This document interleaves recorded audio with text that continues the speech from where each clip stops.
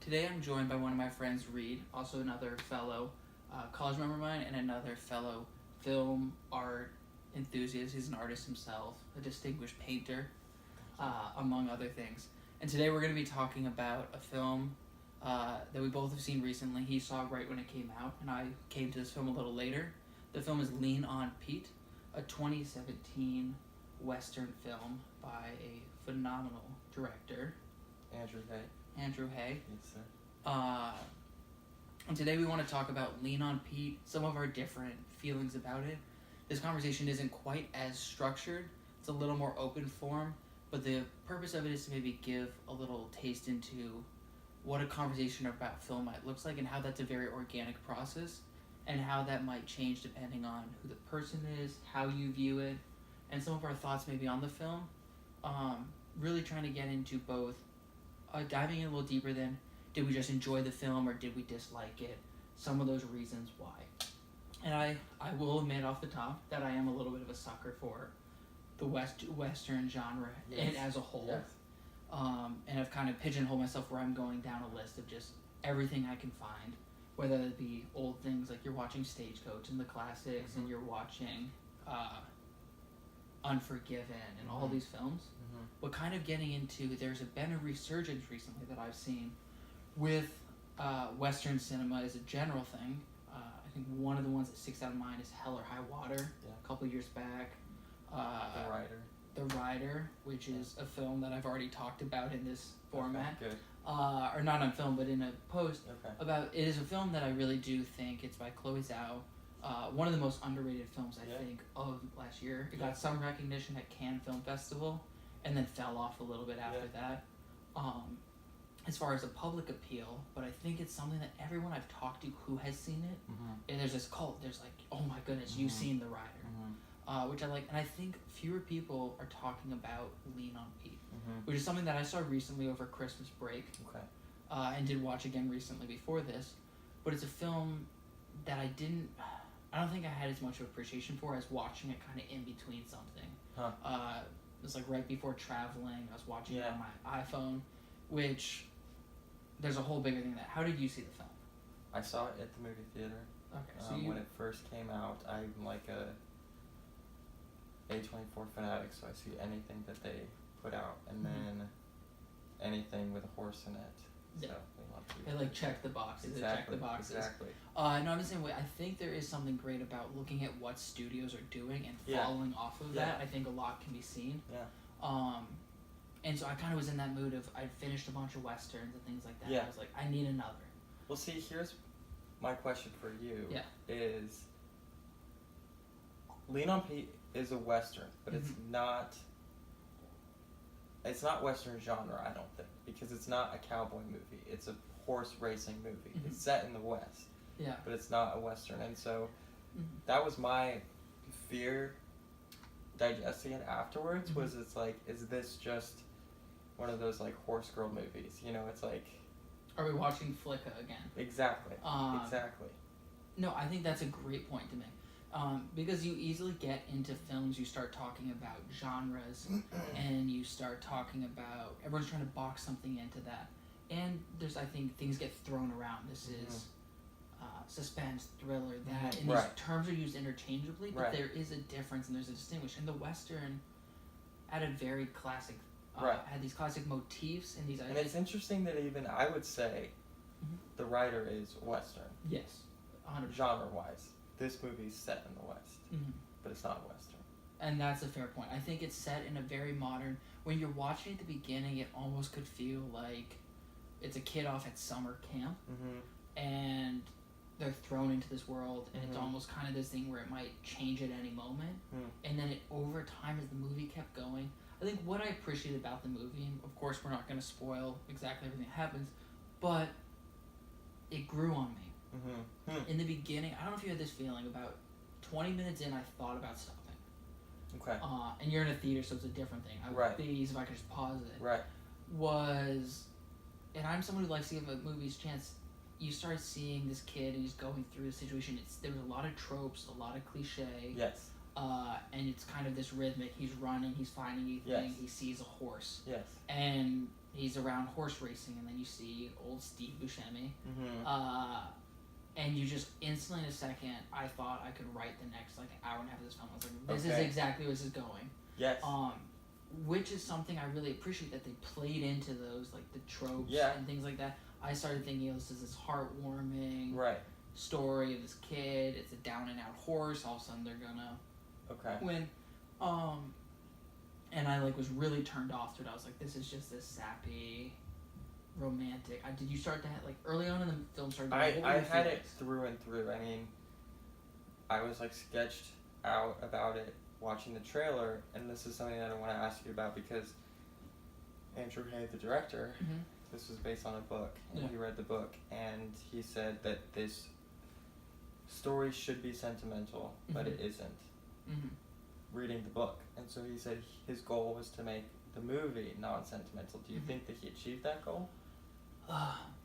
I think yes and no. Okay. I think he achieved it in some senses where there's points where things lead to a way you think it's going to be, and time again through the film, what he does is he builds something up, you get that aha, I know where this is going, right, and then he just turns it on you, and something falls off. Yes. And sometimes it's either really climactic or it's just the absence of something. See, what's funny though is like, because we're talking about a specific moment, and there's like that switch in the movie. But like for these types of movies, that's perfectly on par. Like, of course that happens. Yeah. You know what I mean? It happens in every horse movie. So it's interesting the way that he does that. The way he did it was different. I found myself really having to suspend some disbelief in some areas where I think in sometimes films, there's two things a director can struggle with. The director can often treat the audience like they're not intelligent enough to meet a level, and they pander and they do that. I don't think he did that entirely. I think he was giving us credit, but there also were some points where that can be taken to another extreme, where all of a sudden you're giving too much credit, and you just make a jump and you don't actually fill in that connection, and you're putting too much burden on the audience. And I kind of felt that at some points. One of the pivotal moments was that it wasn't set up to the point to justify some of the transitions that happened. That I found myself for a few minutes lingering on, like, would this fall in line with the character in the world that's been established? And I was kind of waffling on the fence a little bit, and it was set up enough that I was able to accept it over time, but it held me up for a few minutes as a part of this movie where when you have a switch and you have this climactic point, you want the audience to really sink in, because what comes that next 5-10 minutes after is course altering for the film. Right. And did you feel like it was? I felt like it was. It definitely was course altering. I thought like I could jump on there. There was something holding me back, and I think what it is, a few things. I think the director, he had some amazing points where things were filmed really beautifully. There's some scenes with the father in the beginning. The dialogue and exposition in the beginning, he did a phenomenal job of setting a scenario and painting a picture very quickly without elaborating everything that's happened. It was either what was said and what wasn't said, and there was a lot of subtext, which I really enjoyed. And I felt like moments like that, there was painstaking attention and great deal of effort given to bring that to life.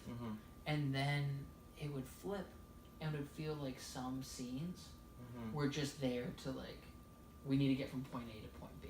Yeah. So I felt almost this shift where I was watching two different films. Where in one case, there's certain scenes, and there's some like one of the hospital scenes, very beautifully shot, how it's cut, how it's edited. It gets you that same effect.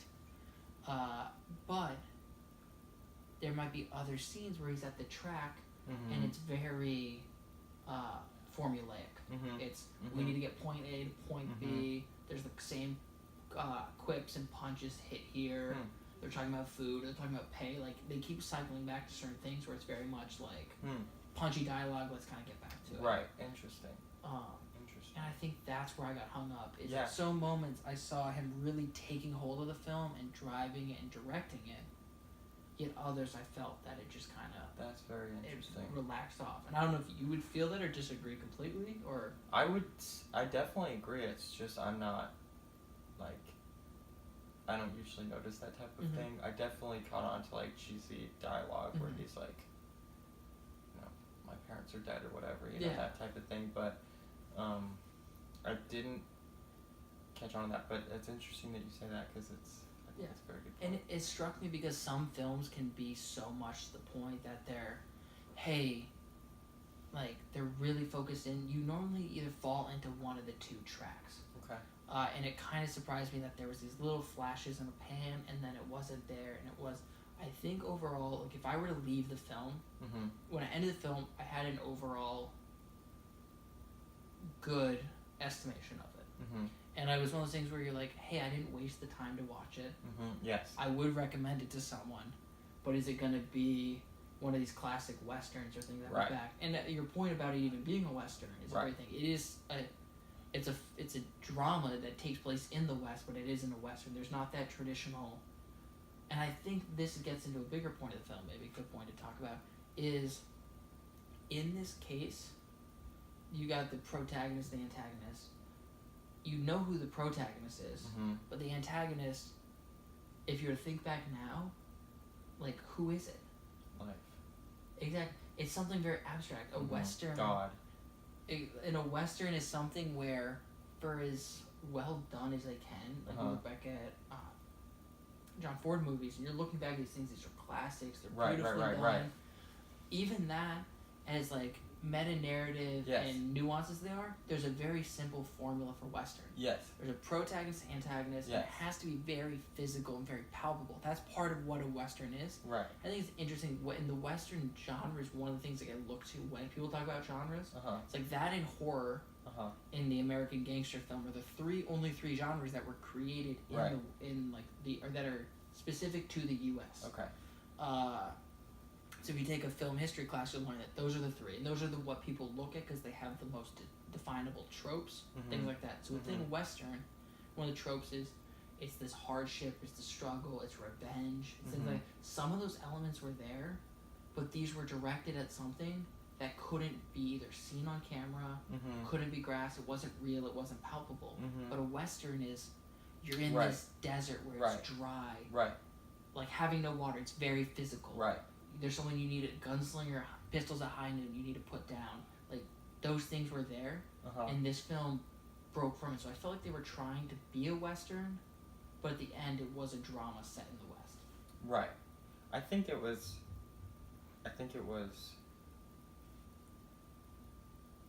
if you could consider it a Western, it would be very real life Western. Like it's very realistic. Mhm. I mean, you watch a Western just like you watch an American gangster movie to escape reality. Mhm. But this was very grounded in reality and Mhm.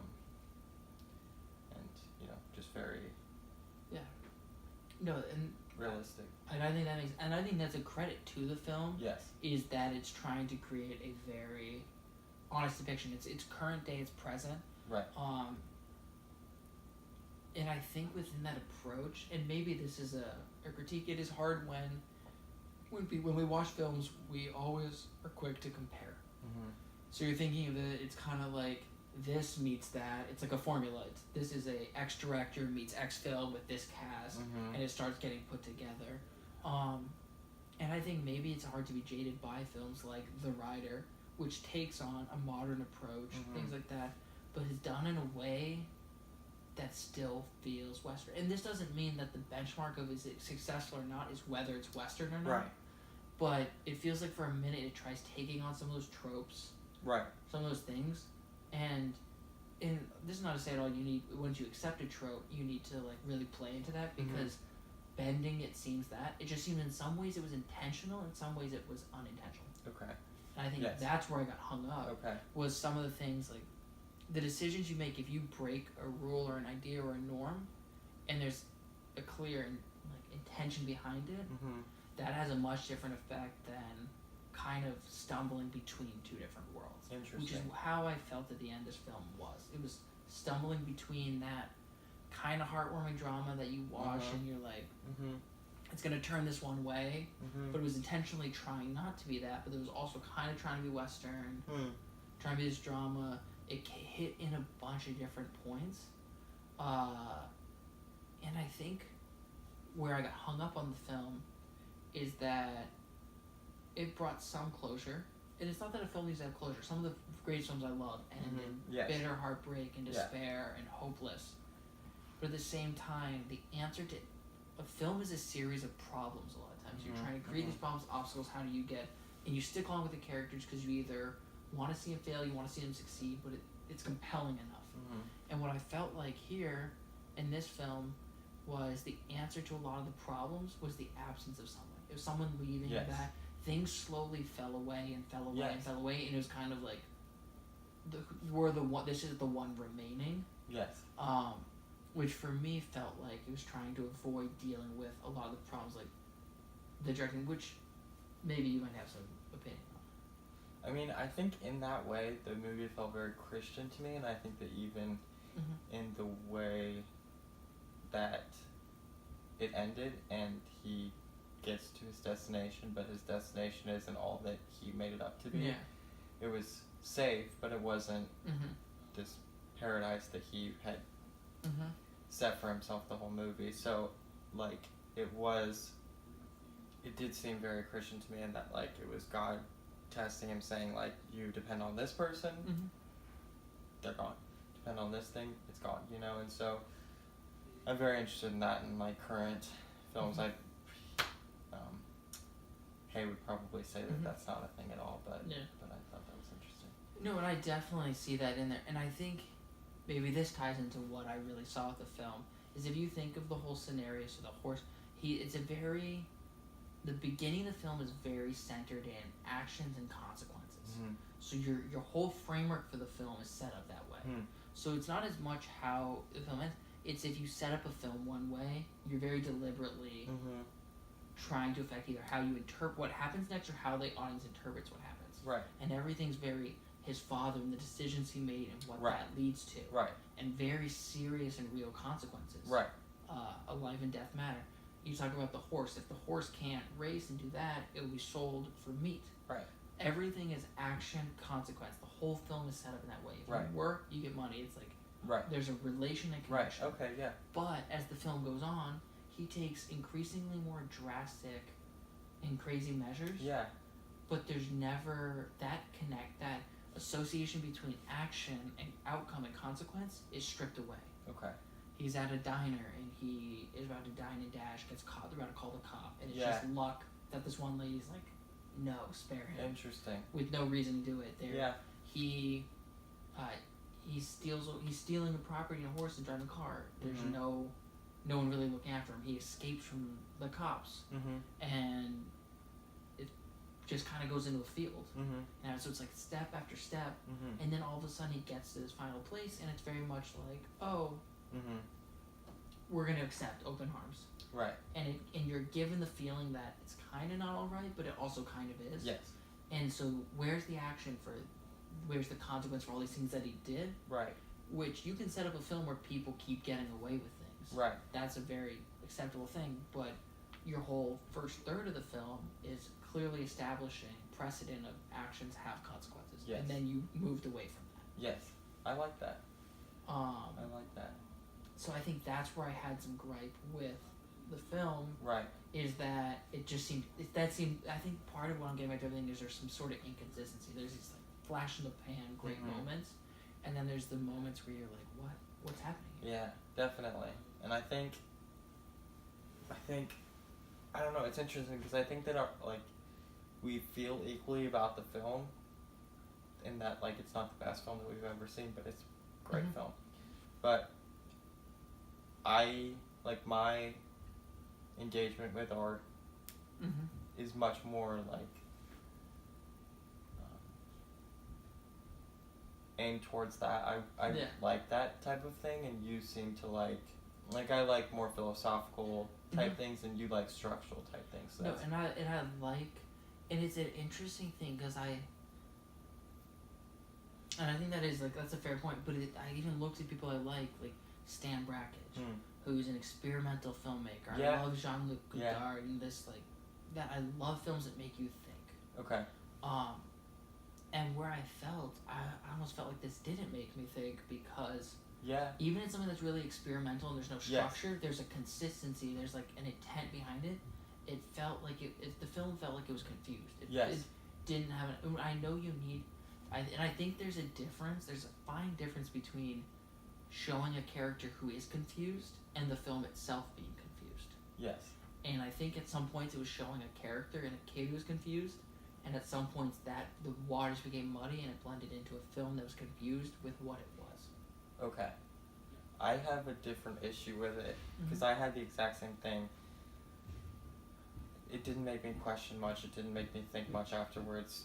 When I was recalling my week, I could barely remember that I had seen that movie. And my problem with it was that it was too safe. It just didn't take many risks. Everything was predictable. It didn't...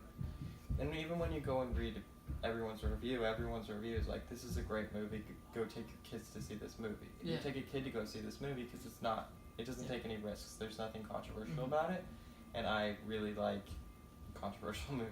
Yeah, I think there was such a framework and a story where it could really, there's glimpses and moments. I think one of those early scenes at the house with the father and just breaking, that was like very real, very honest. You're on your edge. It's cut beautifully. It's not overlit. It's not one of these night scenes where you get too much lighting and you can tell it was shot when it's way lighter and they brought down the darkness. Like, it's not one of those things. That felt so good. Those are the moments where it felt like it was taking risks. Some of the hospital scenes, there was these glimmers, and then there's other points where it became really safe. Something that should be very perilous became very drawn down. Something that was supposed to be like, is it gonna happen? Is it gonna happen? Became predictable. Yes. And I think those are the moments. I think you kind of hit on it. The film became safe. Yeah. And it kind of sheltered within itself. It was a little confused. But also, there's so many of those little glimmers and those little moments were compelling enough to say, I'll watch that film again. Absolutely. Yeah, I mean, so we've done our critiques about it, but we both really liked the movie. And what was your favorite? What do you think was the best scene or the best part of the movie? I really think it's that early on there's a break-in scene with the father and it's the way it's cut.